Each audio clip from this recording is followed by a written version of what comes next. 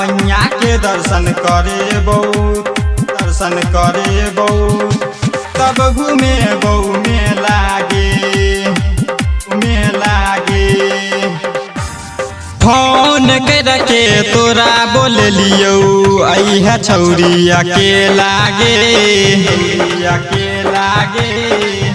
हे गे फोन करके तोरा बोल लियो अइहा छौरिया के लागे।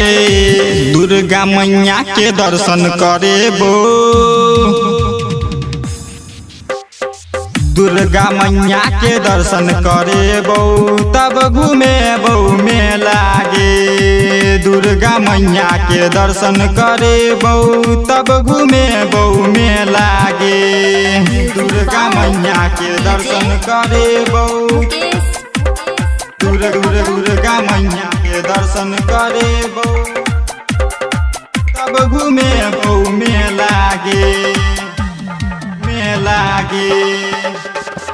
दुर्गा मैया के दर्शन करे आई है सबेरे जल्दी करी है नहीं लेट गे। आई है सबेरे जल्दी करी है नहीं लेट गे। पान के दुकान पर खड़ा हो के करबो बेट गे। पान के दुकान पर खड़ा हो के करबो बेट गे।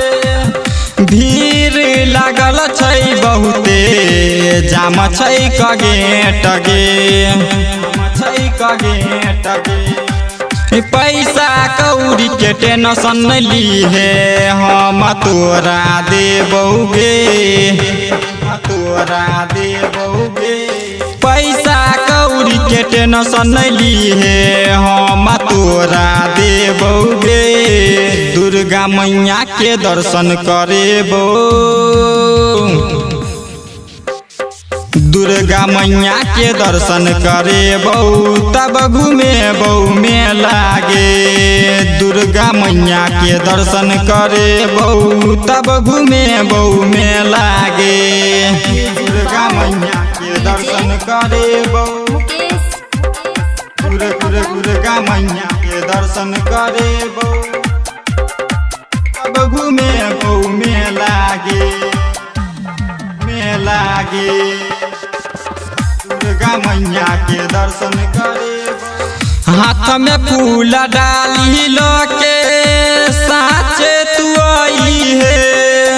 हाथ में फूल डाली लो के साचे तू आई है। हाथ पकड़ के हमर सिरही पर चढ़ी है।